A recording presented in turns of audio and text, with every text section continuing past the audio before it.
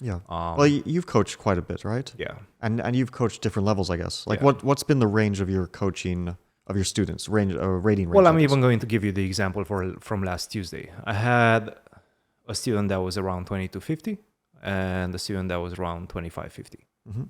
So that's already. But those are all range. very strong players in any case. Decent players, yes. Because many of our viewers are going to be players who are maybe 1400, Yes. 1200. So like, what's the lowest level that you've taught? And I've taught complete beginners also. okay, so yeah. people just starting out. Yeah.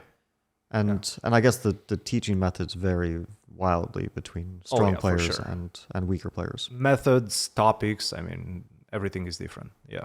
When it comes to teaching new students, I mean, even the nature of the student matters, right?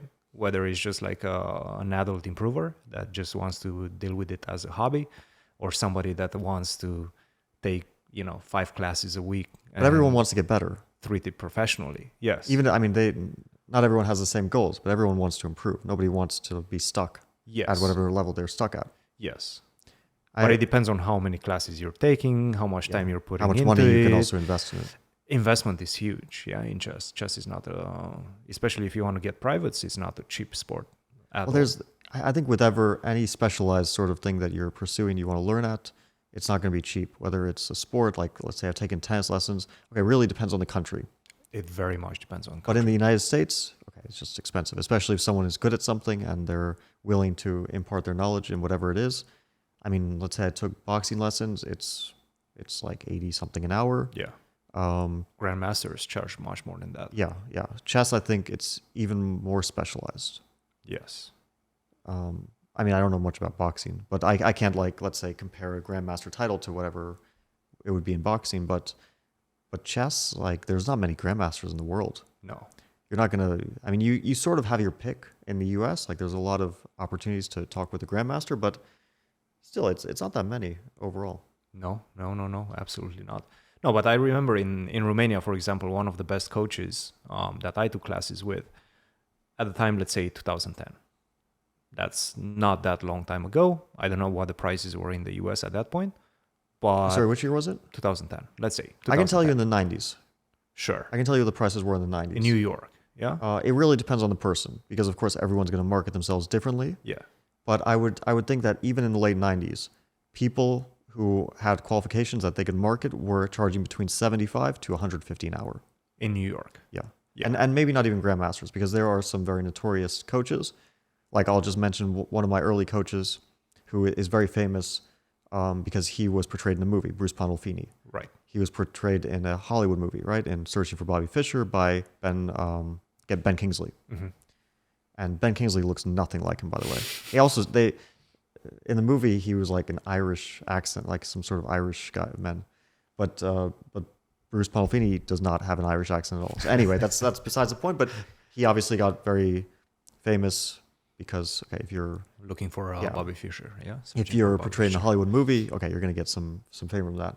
And I don't know exactly what he was charging, but he was charging a pretty decent amount an hour. Of course. Yeah.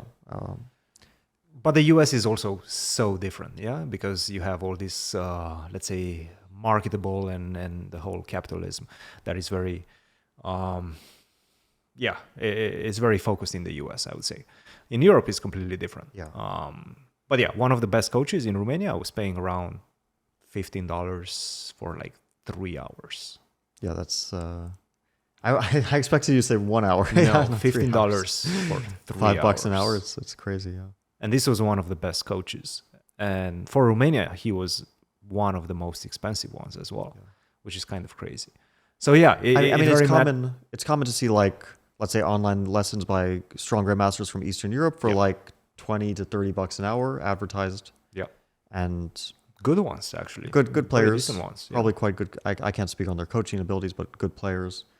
So it really depends, but that's normal, right? Economies will vary quite a lot. Finding a coach is not easy. And that's actually something that I've noticed. A lot of people have questions about, like, how do I choose a coach? do I stay with the coach if I don't like it? Like, how long do I stay with the coach? Do I kick him out after like one class if I really don't like it, or do I give him more chances? Like, how do I pick a coach is a topic that interests a lot of people. I would And say I don't stick, have I would say a stick it clear out answer to it. for more than one, because you're not Yeah. going to find someone you're like in love with after 1 hour. Probably not. It's unlikely. I mean, you still need to get time to like get comfortable, get to know someone. You know, also once you become like more friendly with someone, it's just a bit easier. It's easier. Yeah. So yeah, I would say stick it out for more than one lesson. But I mean, for me, like if I'm taking lessons for whatever it is, obviously not. I mean, okay, for chess, yeah, it's also I guess take lessons, right? I do work with people, Right. but I'm speaking specifically about other things. For me, like the most important thing is that the person seems to give a fuck. Right. That's right. like This is like extremely important. I don't want them to be Yes. disinterested, even if they're very qualified and everything, and they know everything in the world about whatever it is. I want them to actually pretend to care, even if I understand they don't really care. I mean, it's a business arrangement. Sure. Like, For the I most stop part. I stop paying them. Yeah, there's a degree of caring, right? Yeah. They probably care about their work to some degree, but I'm not expecting them to care about me. They're not going to love you. Yeah, I'm not expecting that, but just to like be engaged, and that's what I expect, Yeah. or yeah. that's what I want. Maybe not expect, but if that I'm not feeling that, then I'm probably going to be less interested in pursuing that. I would say that's a very good factor that you should gauge into your decision, and that's something that I want to portray to my students as well. Like whenever I'm all in during the class, I'm not on my phone. I'm not like watching some other tab. I'm just trying to be with you at that time. Whether I feel that I need to do that or not, I'm still not going to like take my phone just because I know that I'm overly qualified and I know what to tell you next. But I still want to maintain that feeling of focus. And you know, you're dictating in that relationship. You're kind of dictating the amount of focus that you're putting in the task at hand, right? If I give you a task and I'm on my phone doing something else, obviously you're going to lose a lot of focus as well. Yeah. So I think the issue is also that with like chess coaching, I don't know so much about coaching, but I feel like people want to like learn stuff that's like cool stuff. And you as a grandmaster, you can tell them a lot of cool stuff. You can tell them about openings. of course. This is the Rui Lopez, this variation, this is a sideline, this is that. This was played in the first time in 1897, 1896, and Steinitz against, who's Steinitz playing in 1896? I don't know. It was a world championship match. Anyway, this is not important. See, I don't even know. But okay, these are like the kind of things that people want you to say. Was he playing Chigorin in 1896? It's possible. Maybe my cultural understanding of world championship matches from the 1800s is very, very poor. Well, okay, yeah. 1900s. Yeah. But the thing is, like, these things don't help. These don't help someone. Yeah. You don't get stronger by having knowledge of chess history to start with, and also, for the most part, you don't get stronger by having knowledge of chess openings for like 99% of players. Like, what makes you stronger is being able to see tactics mostly. Yeah, tactics is a big one. Not blundering your pieces mostly. And that for 99% of players, like that will get you really far. And then at some point you add in like understanding of which positions, like not creating huge weaknesses. Yeah. I mean, having an understanding of your repertoire also matters a lot. Yeah, at some level. Yeah. But for the most part, like, I don't know exactly what rating range we're talking about, but for 99.9% of players, if you just don't blunder your pieces, you'll be doing pretty well. Oh, yeah. Yeah. Up to maybe like, I don't know, 1800 and seeing tactics. You need a foundation and like a very basic foundation and then tactics. If you have that, I mean, you're going to be spoiled. And then if you can actually 1800s. calculate, that's huge. Yeah. Like At if you can 1800s, calculate a few moves in advance, because I think for vast majority of players, they don't see beyond their next move. Or maybe they see their next couple move of and then moves. Yeah. Some of them. it's... But again, they're not used to it, and it all comes down to spotting the moment as well. Because if you give on 1600 a position in which he has to calculate or she has to calculate, let's say 4 moves, they're capable of that. Yeah. But they're probably not going to spot it during the game. They're not going to spot the pattern during the game. So Well, they also don't have the feeling for the moment. Like if you That's tell the them thing. this is a critical position, but having a feeling for a critical position is a much higher level thing. Yeah. And knowing when to calculate, for example, like when I'm doing something which isn't chess, like let's say I'm playing tennis and I suck. Hmm. Like I understand I'm basically a robot. I just try to memorize what to do. I try to position myself correctly and not fuck up the basics. Hmm. And that's probably how people approach chess. Like you don't have an organic feeling until you're, let's say maybe, I don't know, 1800, 1900, 2000 player. And then you start to have a more organic feeling for chess. You're not just trying to like I imagine when I'm playing a sport, it's like I just want to try to keep together. I'm not like falling apart completely. Hmm. And that's how I imagine it is for people who are starting out in chess, that they just don't want to fall apart completely. Yeah. I mean, that's basically what happens in JiuJitsu. The first couple of years at white belt, your main task is to just survive. Like that's what you're trying to do all the time. You're not trying to like set up moves and try to submit your opponents, which are much better than you. No, you're just trying to survive. So it feels like it's very comparable to chess. Like at the beginning, you're just trying to get out of the opening, not blunder all of your pieces. Survival, basically, in its essence. So yeah, I find this interesting because even though I'm not a coach, I do enjoy thinking about like how people improve at various levels of chess.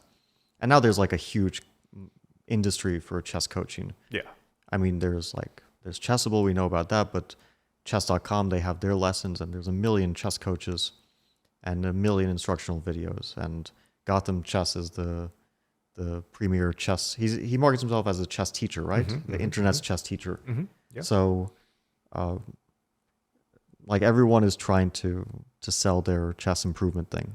Correct. Now, what actually helps people improve in chess is probably much more complicated. Yeah, but a lot of people are searching, for things, for anything that's going to like give them an edge, teach them something new. I mean, there's content. That's basically content online. So yeah, I think chess cheating. Chess cheating. We're getting there. We're getting there. How teaching. to cheat? New course. How to cheat at chess. At chess, I'm not sure who's going to come up with that one, but yeah, many people are qualified. Let's say qualified. Chess teaching has evolved as well. I mean, it used to be a certain way. Now there's a lot of moving factors that need to be taken into consideration. I mean, the flow of information is different, I guess. I think like fundamentally, it's just the best thing is really, if someone wants to improve, is really to practice tactics. Yes. I mean, if you see like the more tactical motifs that you are exposed to, the more that pattern recognition will, or at least we don't know exactly how much people will be able to assimilate this stuff, but in theory, then the more you see, the more you'll able to implement this in the board. The patterns will just kind of come to you more naturally.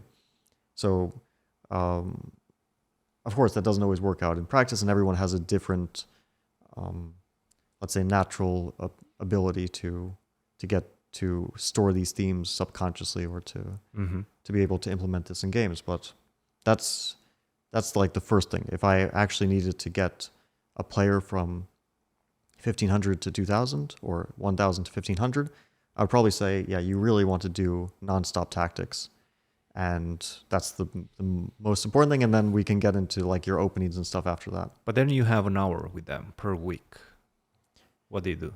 And they also don't want to just solve tactics while you sit there in boredom. So it's more like an entertainment thing. You're there to entertain them. Right? What do you do for 1 hour? And then how do you motivate them to actually do the tactics, do like 3-4 hours of tactics every single day outside of the hour that they're spending with you? That's the question. You can't affect their motivation. I mean, that's on them. Yes. Right? Yes and no. Yeah. But even handling that motivation has changed with the access to phones, the access to pretty much the internet. I mean, in the last 15 years, I think this has changed tremendously. The focus, the attention span, I mean, all of those things. Well, attention span, yeah, maybe people have less attention span. I can't speak to that. I don't know. Yeah. I don't know how phones or the internet or technology has impacted people's attention spans. I'm sure there's been a lot of research into this. I just have no insight into it. But speaking specifically about chess, kids are obviously getting better faster. Yes. So The internet. we can't say that we can't observe a negative, let's say, trend in terms of chess improvement. But okay, they also have so many more resources to like learn chess quickly.